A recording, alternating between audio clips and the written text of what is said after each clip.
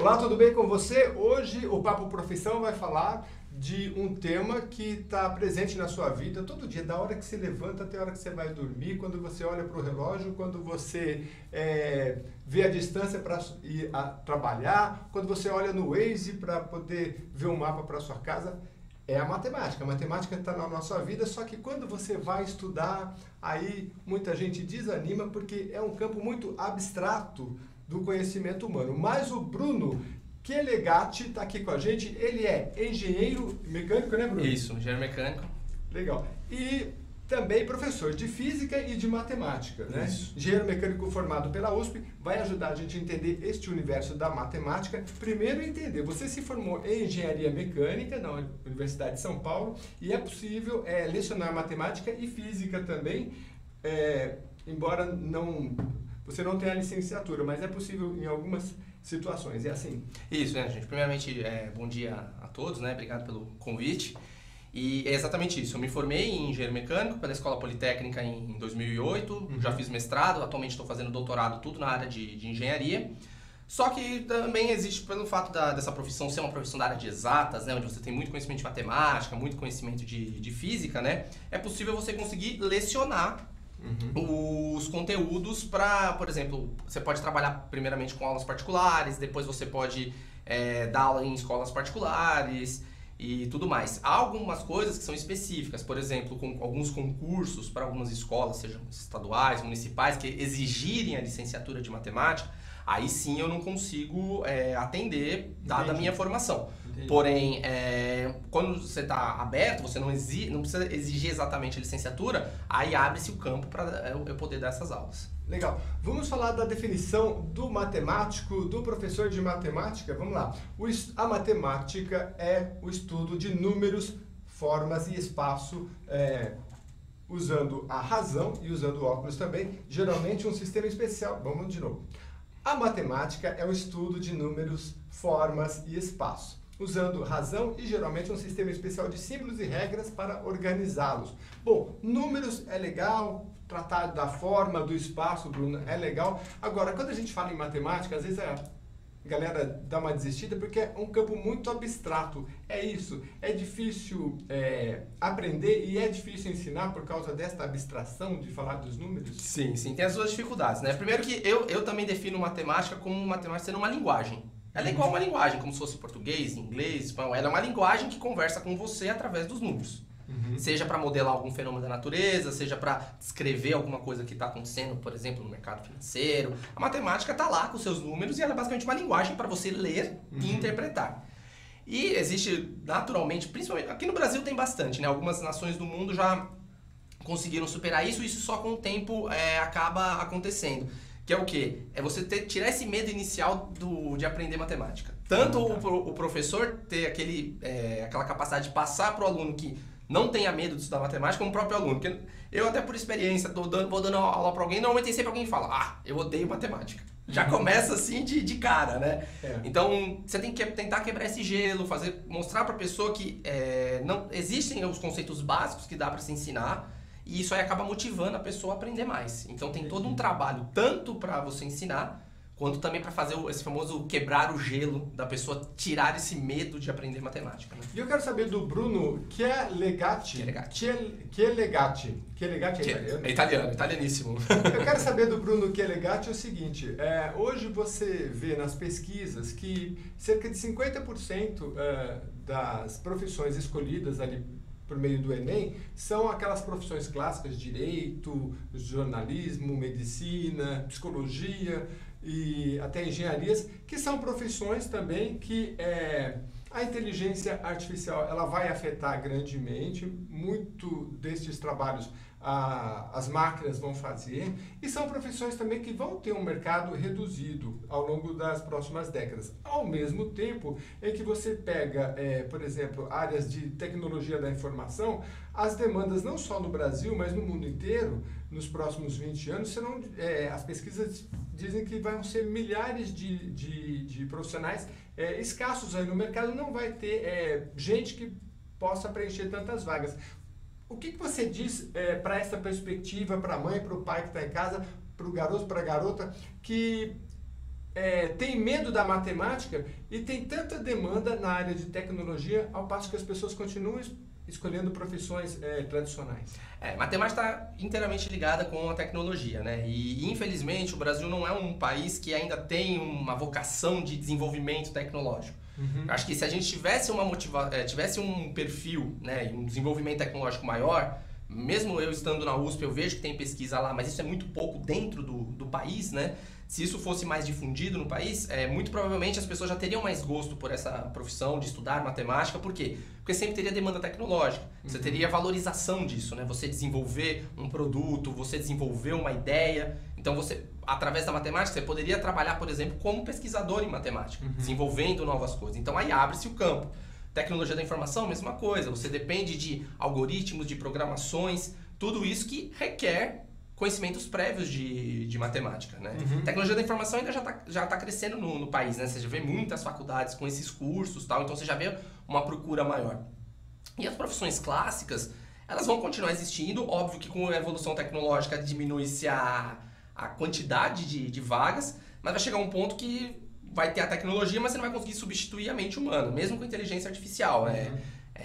Por mais que você desenvolva a inteligência artificial, pode ser que dentro de alguns séculos você consiga, mas no curto prazo você não vai conseguir desenvolver uma inteligência artificial que tenha a capacidade de improviso, por exemplo, né? Que é a capacidade que nós humanos temos. Então, essas nossas profissões ainda vão acabar se mantendo paralelamente à inteligência artificial, complementando uma outra, né? É possível utilizar a criatividade dentro da matemática, ou a matemática é uma ciência tão exata que não tem campo para criatividade? Não, tem sim, com certeza. Inclusive, uma das criatividades é a maneira de ensinar matemática, né? Você saber encaixar a matemática no cotidiano para motivar as pessoas a aprender matemática, explicar para ela, falar, olha, assim, saber matemática, você não vai conseguir fazer algumas coisas. Uma das aulas que eu dou, inclusive, que é parte de matemática financeira, eu sempre mostro pro pessoal, falo, olha, se vocês não souberem matemática financeira, como é que vocês vão saber se o boleto que você está pagando está correto? Você não consegue fazer um cálculo nem para verificar se a loja não está, né, no popular passando a perna em você? Né, para você poder fazer uma reclamação, ver se não tem nenhuma taxa abusiva. Tudo isso requer um conhecimento prévio de matemática. E são conhecimentos básicos, você não precisa chegar e entender o fundo da matemática para entender certas coisas do cotidiano. Então eu começo a abordagem por aí. Isso já começa a trazer uma motivação pessoal para ter pelo menos um conhecimento mínimo de matemática. A partir daí a gente começa a crescer. Quem tem mais facilidade aí vai para frente. Quem não tem, fica nesse ponto, mas pelo menos tem um conhecimento bom na área, né? Isso que é o importante, né? Agora, o Bruno Chialegatti, ele tem um trabalho árduo pela frente, porque, olha, eu vou falar para você, por exemplo, a definição do logaritmo. Sejam A e B dois números reais positivos e com B diferente de 1, chama-se logaritmo de A na base B ao número C, tal que B elevado a C é igual a A. Você entendeu tudo isso aí, Paulo? Pois é fácil, né? Porque matemática é fácil, né? Pô, é fácil entender isso. Mas já pode logo com logaritmo também, já deixa o pessoal assustado, né? Pra assustar, né? Mas é assim, né, como você mesmo falou, você pegou, escreveu um texto com a definição formal de logaritmo. Quem tem a facilidade de matemática, lê esse texto e fala, ok, entendi. Quem não tem, você não pode abordar ele com esse texto. Você tem que mostrar, olha, logaritmo é uma operação matemática, um operador que serve para fazer algumas operações. E aí você explica como faz a operação. Então você vai muito mais direto na prática do que propriamente formalizar isso num texto. Tem regras ali, por exemplo, ele falou que um dos números tem que ser diferente de 1. É só você virar e falar, ó, tá vendo esse número aqui? Esse tem que ser, nunca pode ser 1. Então. E ilustrar mais diretamente isso. E aí a pessoa consegue aprender logaritmo, às vezes sem saber ler diretamente esse texto, mas às vezes exigir isso de todas as pessoas é complicado. Você pode exigir isso de mim, que sou um professor. Agora, quem quer aprender, ou quem quer mais profundo de matemática, também. Agora, quem quer só aprender o básico, vamos ensinar só a fazer a operação, para aprender a prática. E aí já é o primeiro passo para a gente conseguir melhorar o conhecimento matemático do país. Né? Você também fez uma pesquisa árdua aí sobre a parte de matemática, porque o Brasil ele tem notas baixíssimas no tal do IDEB, né? Que eles falam. Então, é um país pobre em conhecimento matemático. Isso não é somente as escolas públicas, não. Isso é nota geral, escolas particulares sofrem também para ensinar matemática para todo mundo. Então, o problema é cultural. A Índia, por exemplo, a gente ouve dizer que o pessoal lá gosta de matemática. Então, é uma questão cultural mesmo. Tem um pouco de questão cultural e a questão de você incentivar o país a ter conhecimento tecnológico. A Índia já tem muito, já teve prêmios Nobel, tem muita pesquisa, tem programa espacial, por exemplo, ela tem foguetes, ela já projetou uma sonda que mandou para Marte, por exemplo. A gente tem ilhas de excelência no Brasil também, né? Nós temos campeões de matemática que já se destacaram, mas são muito poucos. São né? muito poucos. E a questão também da questão do investimento, né? Mesmo você para fazer pesquisa aqui no Brasil, a bolsa de um pesquisador de doutorado, no meu caso, ela é muito baixa frente a um engenheiro de mercado. Então é difícil você também conseguir desenvolver a profissão de pesquisador, a profissão de inovador, né? Daquele que concebe ideias novas, que acaba levando a sociedade para frente, né? Quem está lá na vanguarda, né? Quem está empurrando o conhecimento mais para frente. E o pessoal, a grande sociedade vai seguindo atrás, né? Entendi. Olha só, o Papo Profissão de hoje está falando sobre matemática e também física, conversando aqui com o Bruno Chialegatti, que é professor de matemática e de física e é engenheiro mecânico. Agora, Bruno, é o seguinte, olha, eu quero estudar matemática, vou ficar desempregado se eu não der aula? Porque é o medo de muita gente, né? Hoje no Brasil, do jeito que está a situação do país, sim. A questão aqui é, principalmente, você tem que começar dando aula de um caminho. É difícil, são poucas vagas onde o matemático entra como um pesquisador, um consultor. É mais complicado. Então, a recomendação é que você comece dando aula e vá procurando mercado. Mercados como, por exemplo, que a gente tem da ciência da computação, na área da economia e mercado financeiro, como você que dá aula de matemática financeira, e tem também design de produtos, tudo isso a gente vê nos sites aí que são áreas para o matemático trabalhar. Mas é mais difícil, ele precisa começar com... Normalmente eles exigem experiência inicial, né? Então, a partir do momento que você se forma, às vezes as empresas não pegam pelo fato de você não ter experiência. Onde você pode começar a ter experiência? Onde se exige menos experiência, que é começando o quê? Como um professor auxiliar, começando dando aula. Então, a partir do momento que você tem aulas, você consegue, às vezes, ter capacidade de montar uma apostila, aí você pode no seu currículo mostrar, olha, eu tenho capacidade de pesquisa, eu tenho capacidade de didática, eu tenho capacidade eu tenho conhecimento dos modelos matemáticos, aí você começa a ganhar, vamos dizer assim, corpo, né, de corpo curricular, para você poder pleitear coisas maiores. Precisa a parte de consultoria, essas coisas de design de produtos, o matemático ele entra como um consultor, ele que vai dar as diretrizes assim para montagem de alguns modelos, principalmente formas, nessa parte de embalagens, né? Qual que é o menor volume que eu preciso ter? Eu preciso ter um volume tal, qual que é a geometria que eu vou fazer para ficar ok? Mas existem, de fato, na prática, o matemático trabalhando nessas áreas, seja na área da computação ou de desenvolvimento de produtos, ou no caso, vamos supor, de desenvolver o design de alguns produtos, é o engenheiro mecânico ou outro tipo de engenheiro que vai falar? Ou teria que ser uma grande empresa para falar, não, aqui o matemático cabe aqui para fazer esses determinados cálculos? Não, podemos ter matemáticos em todas essas áreas que você mencionou, seja grandes empresas ou pequenas. Aí cabe também a questão do matemático, ele ter diferentes funções, não somente a parte da matemática. Por exemplo, na engenharia, a matemática entraria para você resolver uma equação, por exemplo, você está calculando a resistência de uma viga, vamos supor na engenharia civil ou mesmo na engenharia mecânica, uma viga de aço. O engenheiro tem a modelagem, tem o equacionamento, a gente modela o equacionamento, fala, tá tudo certo. Só que às vezes, dependendo da complexidade da equação, você não consegue resolver aquilo que a gente fala na mão. Então você vai precisar do quê? De modelos computacionais. É aí que o matemático entra, com esses conhecimentos que a gente chama de conhecimentos numéricos, para resolver essa equação da maneira que a gente chama de numericamente, onde ele vai calcular a equação usando o computador. Aí o matemático entra, propondo um modelo de resolução e complementando o que o engenheiro fez da equação. No caso da ciência da computação, como que é o trabalho do matemático? É nessa área. O computador ele responde através de números, né? O computador que a gente brinca é binário, é 0 e 1, né?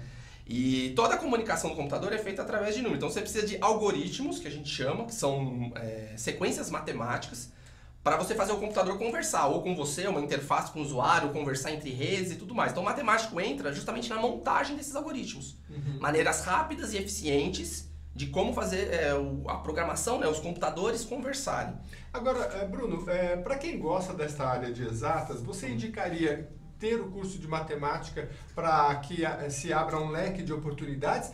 ou se a pessoa já tiver mais definida, falar, não, eu quero fazer ciência da computação, ou eu quero trabalhar com design, eu quero trabalhar especificamente na engenharia mecânica, o que você diria? Vai muito da aptidão ou a matemática, ela consegue, um curso de 4 anos, ela consegue abrir um leque importante? Não, acho que é isso que o ponto principal, acho que é isso que você falou. Depende do como a pessoa está se sentindo em relação à decisão dela da profissão. Uhum. Eu, por exemplo, sempre quis fazer engenharia, né, e usar a matemática ou como forma de ensino, né, como eu estou fazendo, mas gostaria de ter a possibilidade de trabalhar com engenharia, que foi o que eu fiz no começo da minha carreira. Eu trabalhei por engenharia numa empresa de consultoria por 5 anos. Você se formou? Como é que é a sua história? Você se formou em engenheiro mecânico e trabalhou como consultor? Eu trabalhei numa empresa de engenharia como um engenheiro. Então, eu me formei em 2008, comecei a trabalhar, eu formei no final de 2008, comecei a trabalhar em junho de 2009, porque eu me formei bem naquela época da crise, da bolha imobiliária nos Estados Unidos, então aqui estava meio complicado. Então, eu fiquei uns 6 meses parado, mas aí eu comecei em junho de 2009, trabalhei até março de 2015 nessa empresa. Durante esse período, além da engenharia, eu dei aula em faculdade particular e fiz mestrado. E aí eu saí dessa empresa para fazer o doutorado que eu estou hoje, porque o doutorado ele exige dedicação integral, né? Você não consegue... Em alguns casos até você consegue, mas o tema que eu estou desenvolvendo exigiria uma dedicação integral dentro da faculdade. Profissões como engenharia requerem um período de estudo longo? São quantos anos? Engenharia são 5 anos. São 5 anos e depois você vai começar as especializações. Mas para quem já tem uma idade um pouco mais avançada, dá para fazer? Ou você acha que tem que ser como medicina? O cara fala, não, são 20 anos aí pela frente de estudos, tem que começar novo. Ou o cara que está lá com 30, 35 anos, você acha que dá para começar? Não, dá para começar sem problema. Depende também da formação da pessoa. Às vezes a pessoa já tem um curso técnico, por exemplo. Qual o curso técnico legal? Cursos técnicos tem todos aqui no Brasil, são bem até desenvolvidos, até porque o governo incentiva muito isso, né? Você fala na área da engenharia mecânica. Na engenharia, técnico mecânica elétrica, técnica hidráulica, técnica em ar-condicionado, são áreas da engenharia que existem cursos técnicos. Isso porque o governo tem essa prática, pelo menos, de investir mais em cursos técnicos, já é uma cultura maior aqui no Brasil disso, né? Então você tem áreas específicas nisso. Até quem tem dúvidas, não tenho muita segurança se eu quero fazer um curso de engenharia, mas gostaria de trabalhar na área, às vezes é bom começar com um curso técnico. Porque você faz o curso técnico, você já vai ter uma formação de tecnólogo, você já vai ter algumas atribuições de engenharia, e aí caso você queira expandir isso para frente, aí sim você faz a engenharia. Que também tem matemática envolvida. O curso técnico também tem matemática, bastante. Então tem tudo isso, né? Tá envolvido. A profissão de hoje fala sobre matemática, física e fala também da engenharia. Você vai entender tudo sobre estas áreas aqui com o Bruno Chielegatti. Bruno Chielegatti. É o seguinte, pessoal, vamos falar um pouco da formação desse pessoal, que é o seguinte. Vamos lá. A formação... quais são as áreas, Bruno, que tem maior demanda na área da matemática? Você falou que são... o grande mercado é lecionar.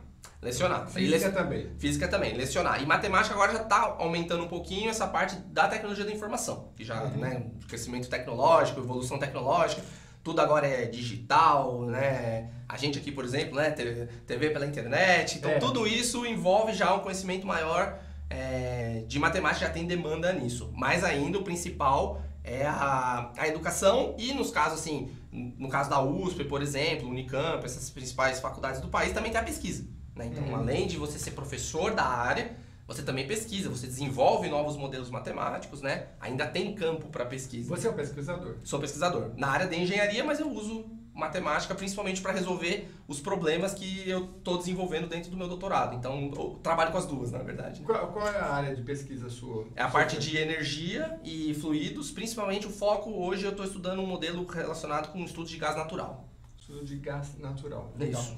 Bom, a matemática é muito abrangente, você pode lecionar, mas você pode trabalhar também em muitas áreas. Como explicou aqui o nosso entrevistado Bruno, você pode começar lecionando, dando aula, porque geralmente exige-se menos destas áreas, pelo menos como experiência, mas você como bacharelado também pode atuar em várias áreas, como a gente explicou aqui. Então, bacharelado para quem é direcionado ao mercado de trabalho, licenciatura para quem for lecionar dentro da área da matemática.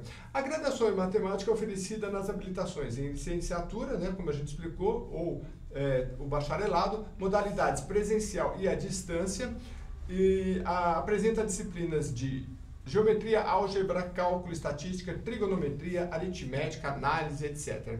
Vou perguntar aqui para o Bruno o que ele acha do curso à distância, no caso da matemática. Não sei se você já fez algum curso.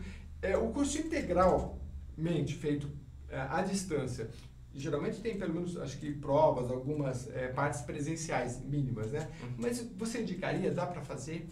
Dá para fazer, é uma tendência que está acontecendo no mercado, até porque as pessoas trabalham, então nem sempre conseguem se dedicar integralmente à faculdade. Então muita gente quer estudar à noite, por exemplo, mas a faculdade é longe, então tem problemas de transporte. Então é muito mais fácil você ter essa praticidade de fazer um curso à distância. Eu leciono também em cursos à distância, né? A gente, através de videoaulas, a gente grava e dá essas matérias para os alunos.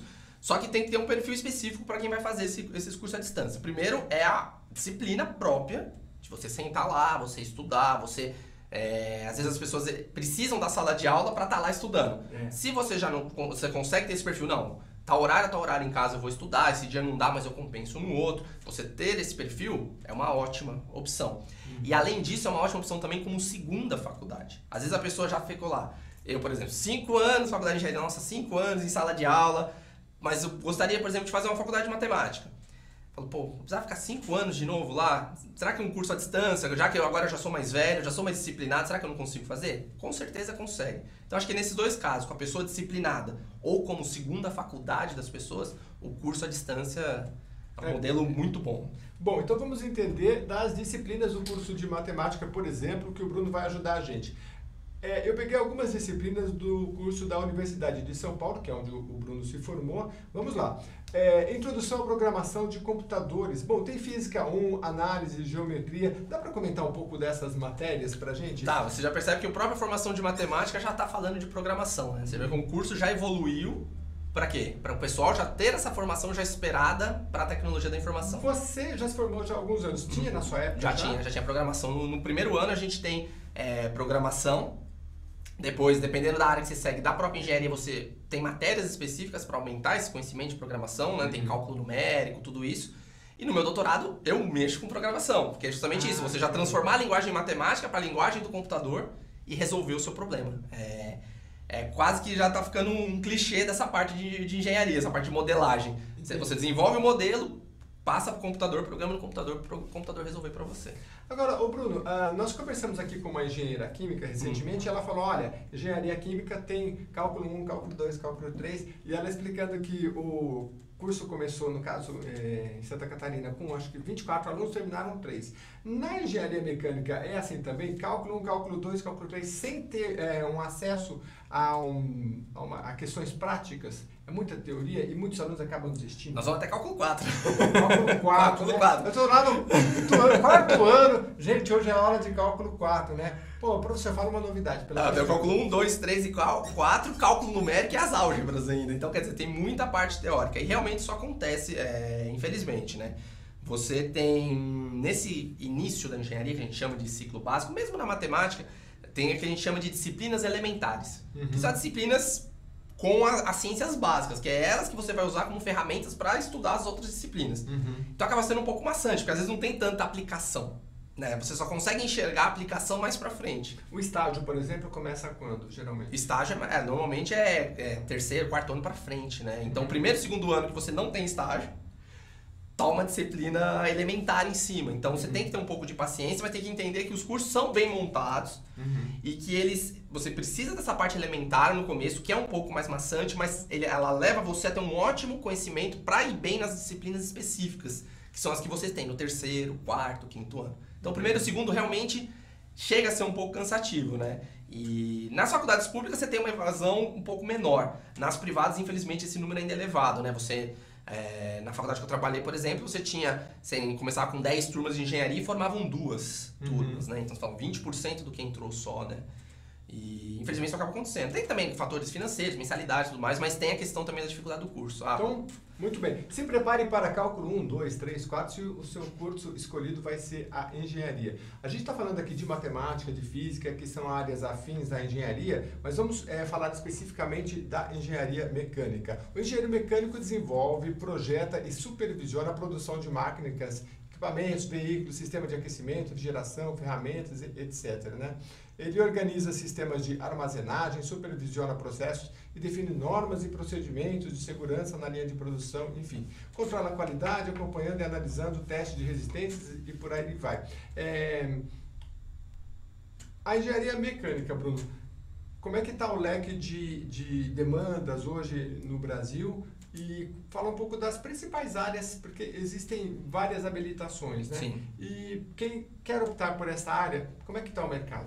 Bom, vamos lá. Essa definição que você deu é o resumo do que se fala no CREA de qual é a habilitação do engenheiro mecânico. Né? O que o engenheiro mecânico é apto a fazer após a sua formatura. E a engenharia mecânica, eu considero, não sendo corporativista, defendendo a minha área, né? Mas a engenharia mecânica é uma das mais abrangentes que tem da engenharia, justamente por ter muitas disciplinas de diferentes áreas da ciência, né? Da física. Então você tem um mercado muito amplo. Você pode trabalhar, como você falou, com qualidade, que é uma parte que não necessariamente envolve cálculos de engenharia, mas você pode trabalhar com projeto de máquina, você pode trabalhar na parte térmica, com refrigeração, com desenvolvimento de turbinas, seja turbinas de produção de energia, turbinas de avião, você pode trabalhar em engenharia aeronáutica, pode trabalhar em engenharia automotiva. Todas essas áreas que eu estou falando são justamente essas habilitações de engenharia mecânica. Então você tem uma formação geral e você pode se especializar em algumas áreas. Normalmente o pessoal acha que engenharia mecânica está relacionada só com carro. Mas não é uma formação muito mais abrangente. A engenharia automotiva é uma parte específica dentro da engenharia mecânica.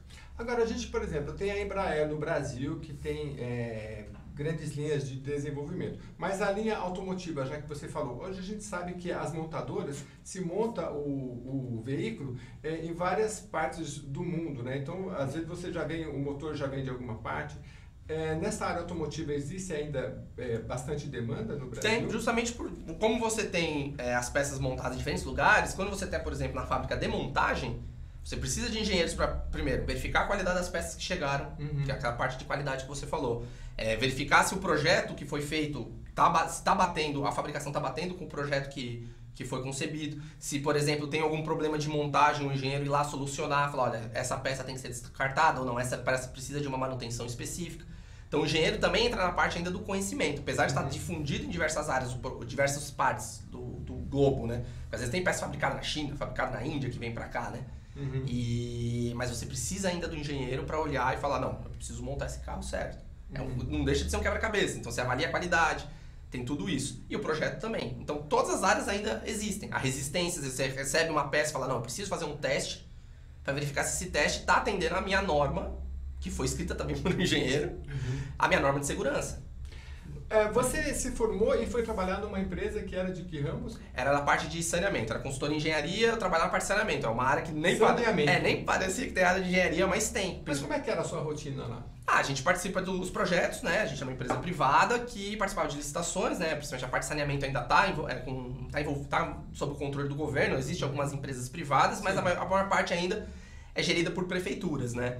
E então a gente participa dos projetos, dos processos licitatórios. A partir do momento que a gente ganha o processo, a gente faz o projeto, por exemplo, de uma estação de tratamento, de uma estação de bombeamento. E é nessa estação de bombeamento, por exemplo, que o engenheiro mecânico entra para calcular e escolher a melhor bomba que vai atender a essa estação de bombeamento. Tem uma estação de tratamento de água, o engenheiro mecânico vai escolher e especificar quais equipamentos ele quer que funcione adequadamente na estação. E aí trabalha com um engenheiro civil também? Também, é uma empresa multidisciplinar. Você tem o engenheiro civil e o ambiental que calculam o processo de tratamento, né? Por exemplo, esgoto. O engenheiro civil vai conceber a geometria da estação, né? Tem o projeto estrutural. O engenheiro ambiental ele vai calcular o processo, falar, olha, eu preciso de tantos tanques com tais processos, tais produtos químicos.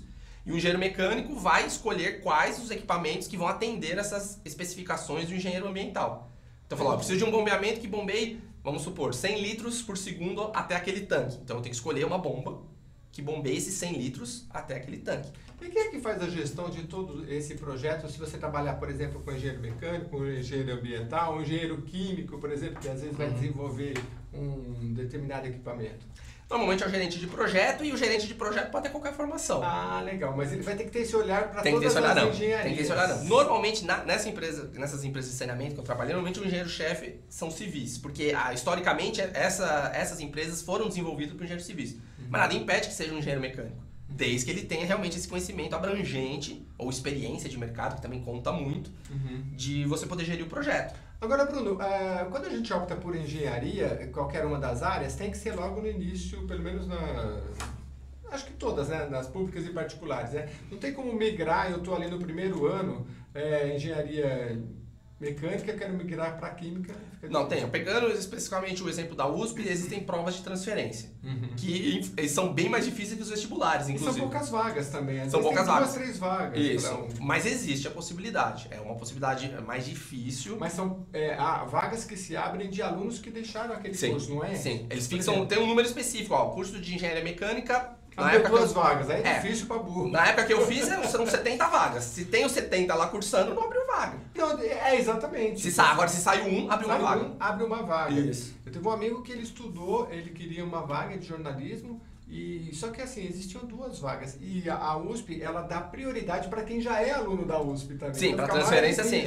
Para transferência, mas se você numa escola particular, fica mais difícil ainda. Então, tem que optar no começo de tudo. A USP, ela tem, a Unicamp também tem lá a Semana das Profissões. Tem. O pessoal entender um pouco. Mas o Bruno, ele está explicando aqui para a gente, para você entender um pouco desta profissão, para te ajudar no começo. Primeiro, gostar muito dos cálculos, da matemática, porque a gente... como conversou aqui, tem o cálculo 1, 2, 3, você vai passar por essa base teórica aí nos primeiros anos, mas depois começa a parte prática. Tem um pouco de laboratório da engenharia mecânica, como é que funciona essa parte, por exemplo, na USP? Tem sim. Um dos exemplos clássicos da engenharia mecânica é a disciplina de mecânica dos fluidos. A gente faz testes em laboratório para calcular escoamentos, em tubulações, verificar a perda de carga, que é uma parte muito relacionada com bombeamento, que foi a parte que eu trabalhei inclusive. Então você tem laboratórios específicos. Laboratório de motores, tanto de combustão interna como motores elétricos, para você verificar o funcionamento de um motor elétrico, um motor de combustão, seja ele de carro, seja um motor de um gerador. Tudo isso para você complementar a sua formação, né? Não dá para ser puramente teórico durante os 5 anos, você tem que ter uma prática aí.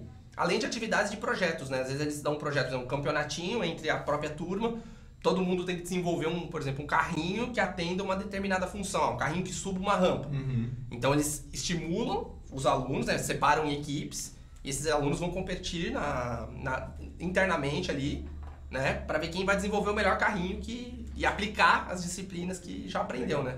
Ô Bruno, eu me lembro que em anos de bonança, como o Brasil também já viveu, mas hoje nem tanto, nós estamos com essa gravação aqui em 2017, muitas empresas contratavam engenheiros, no caso civis, de outros países, né? Esta migração desses profissionais, no caso da engenharia, ela existe também? Ou se eu me formar como engenheiro, vou ter que trabalhar no Brasil? Ou existem países que têm demanda, eu posso trabalhar fora? Ou o Brasil, às vezes, recebe profissionais que vêm de outras áreas e aumenta a competitividade, ou isso não existe? Não, tem. É que no Brasil teve um problema sério, principalmente nós falando de ciclos econômicos, que existe uma lacuna, existe um buraco bem grande de pessoas mesmo, de falta de pessoas, entre a minha geração, que está na casa aí dos 30, 40 anos de idade, e a geração mais velha, de 60, 70 anos. No Brasil tem muito pouco engenheiros na casa de 45 a 55 anos.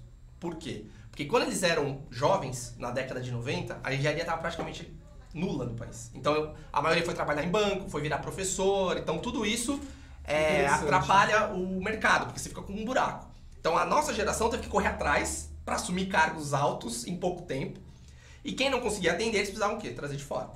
Que interessante. Principalmente nas grandes empresas. Eu me lembro, por exemplo, que há 20, 30 anos, o pessoal fala assim, mas você vai estudar engenharia, você vai ficar desempregado. Não tem. Então, foi um ciclo em que não houve incentivo e as pessoas não queriam porque sabia, vai estudar, é uma boa área, mas você não tem emprego. E aí, de repente, vem um ciclo econômico que está preparado para isso. No caso, eu me lembro, acho que talvez teve a crise americana em 2008, mas um período bom nos Estados Unidos, aqui no Brasil foi um pouco antes, foi porque teve um incentivo muito grande na construção civil. Exatamente. Seja de construção de casas, teve construção de construção de refinarias, estaleiros, usinas hidrelétricas. Você pega os principais projetos do país, seja a hidrelétrica de Belo Monte, aquela de Giral, tudo isso foi feito durante esse período, né? As licitações, os grandes projetos, então as construtoras precisavam de gente, as refinarias e tal. Agora vamos dar uma de mandinar então aqui, já que a gente está falando de ciclos econômicos, o que se pode esperar aí dos próximos ciclos? É que a gente sabe que o Brasil viveu e ainda vive, está saindo um pouco dessa depressão, né, econômica, mas você acha que vai se abrir um ciclo aí futuramente para que áreas dentro dessas áreas que a gente está falando, engenharia, química, física, como é que é a perspectiva, se tratando de um período mais amplo? Vai. Eu aposto muito forte nessa possibilidade, primeiro porque não somente o pessoal de engenharia acredita nisso, mas as áreas que comandam o país. Você já vê, por exemplo, postura de políticos falando que o Brasil precisa de um ciclo de infraestrutura para melhorar. Seja infraestrutura rodoviária, todo mundo sabe, infraestrutura metroviária, quem mora aqui em São Paulo sabe que tem problema de metrô, tem pouco metrô, tem rodovias com barro ainda, então quer dizer, portos insuficientes, então existe a necessidade de um investimento pesado em infraestrutura no país. Nós engenheiros sabemos disso. O que está deixando a gente mais otimista é justamente economistas, políticos, começarem a falar isso, porque aí você já começa a levar isso para quem toma a decisão, né? Que é a classe, infelizmente, nesse caso é a classe política, eles que determinam as diretrizes que vão fazer o país melhorar. E o que deixa a gente mais tranquilo é que, independente da ideologia política, estão pensando nisso. Legal. Vão fazer um ciclo de infraestrutura no país, com certeza. Legal. Papo Profissão de hoje fala sobre matemática, engenharia, mecânica e física. O programa está caminhando para o final, mas eu quero conversar aqui com o Bruno, que ele dá aula no Instituto Monitor. A gente agradece o Instituto Monitor que cedeu ele aqui para essa entrevista. No Instituto Monitor, qual é as áreas que você leciona? Lá eu dou principalmente matemática financeira, que é para o pessoal do curso de técnico em transações imobiliárias, vai para o curso de secretariado, administração, todos esses cursos que precisam de conhecimentos básicos de matemática financeira, eu leciono para eles.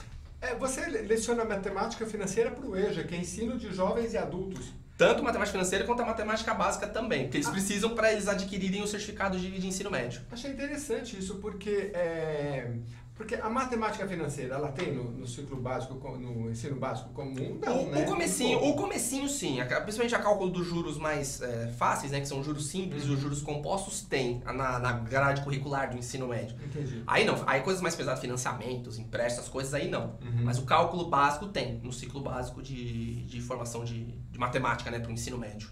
E você dá aula também para concurseiros, seria assim, para gente que vai prestar concurso.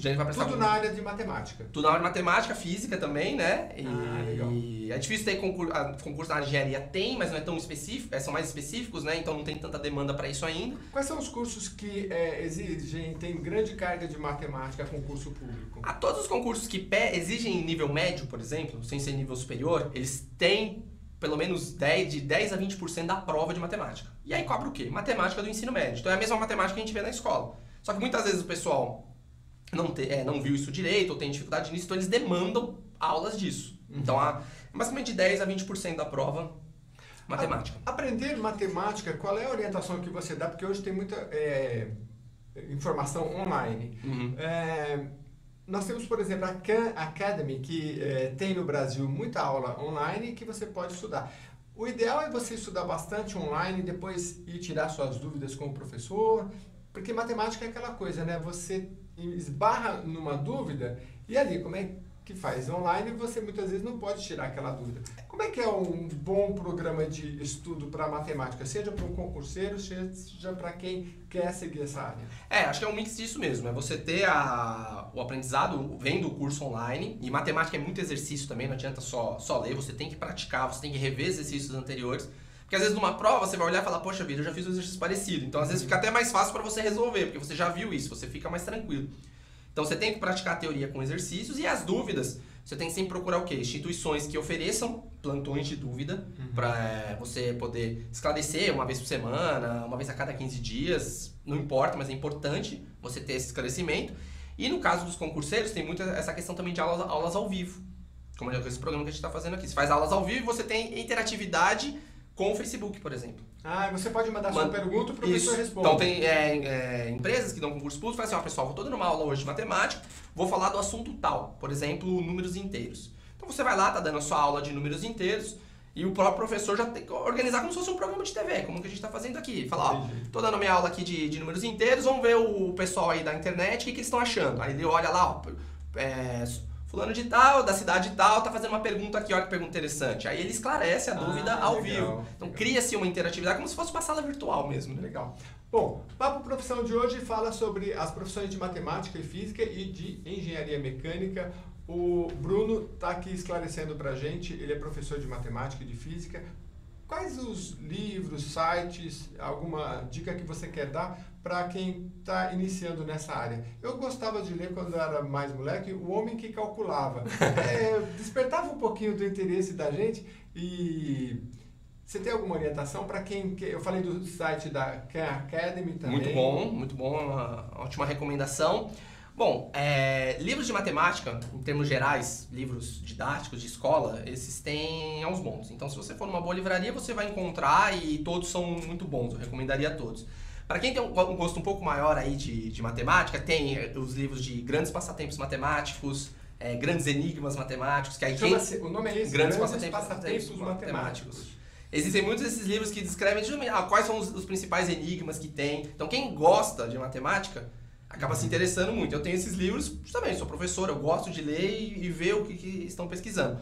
Para o público em geral, que quer apenas estudar matemática, fala, não quero só entender o básico, acho que qualquer livro que seja recomendado em escolas de ensino médio, ou mesmo apostilas de cursinhos, são muito boas. Né? Porque principalmente matemática e física, não se muda muito o conteúdo, né? Não é que, por exemplo, direito, né? Que toda hora atualiza uma lei e você tem que ficar mudando toda hora. Isso é muito bom. A matemática é uma área complicada, mas pelo menos você vai estudar conceitos que, sei lá, Galileu Galilei usava, que você vai usar hoje. A parte de cálculo, né?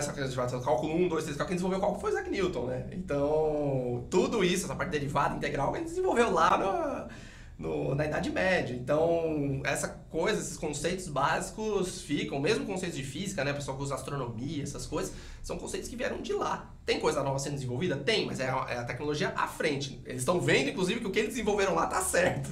Legal. Né? Não é que tá mudando, né? Entendi. A profissão chega ao fim, eu agradeço a sua participação. O Bruno, que tem um sobrenome complicado, mas é italiano, eu vou dizer para você, Chelegatti.